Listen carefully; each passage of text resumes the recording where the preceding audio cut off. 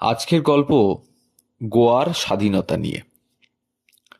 গোয়া তাদের স্থাপনা দিবস ৩০শে মে পালন করে, কারণ ৩০শে মে ১৯৮৭ সালে গোয়াকে পূর্ণ রাজ্যের তকমা দেওয়া হয়, আর এরপর গোয়ায় সম্পূর্ণভাবে ভারতীয় সংবিধান লাগু হয়।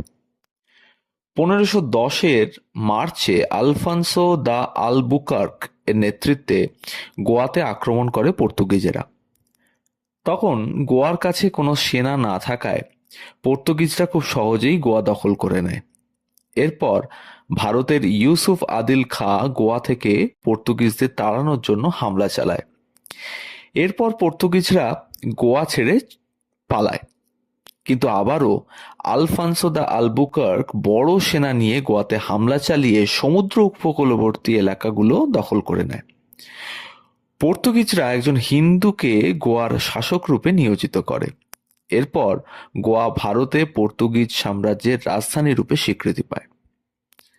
পর্তুগিজরা গোয়াতে নিজেদের ক্ষমতা বাড়ানোর জন্য নৌসেনা ঘাঁটিও বানায়। তারা গোয়ার উন্নয়নের জন্য অনেক অর্থ ব্যয় করে।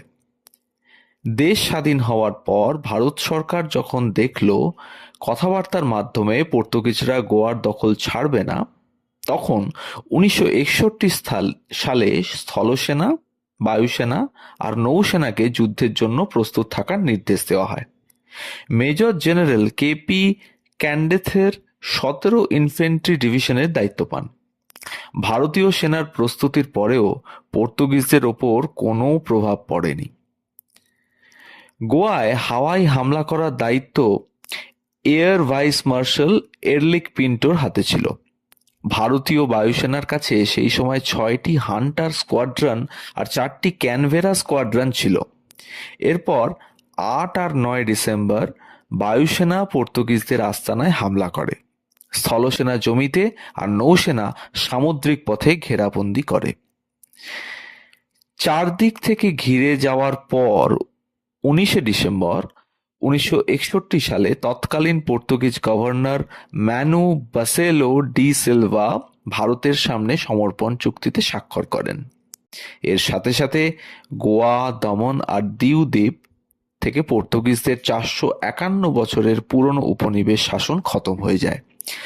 ২০শে ডিসেম্বর ১৯৬২ সালে দয়ানন্দ ভান্ডারকর গোয়ার প্রথম মুখ্যমন্ত্রী প্রতিষ্ঠিত হন।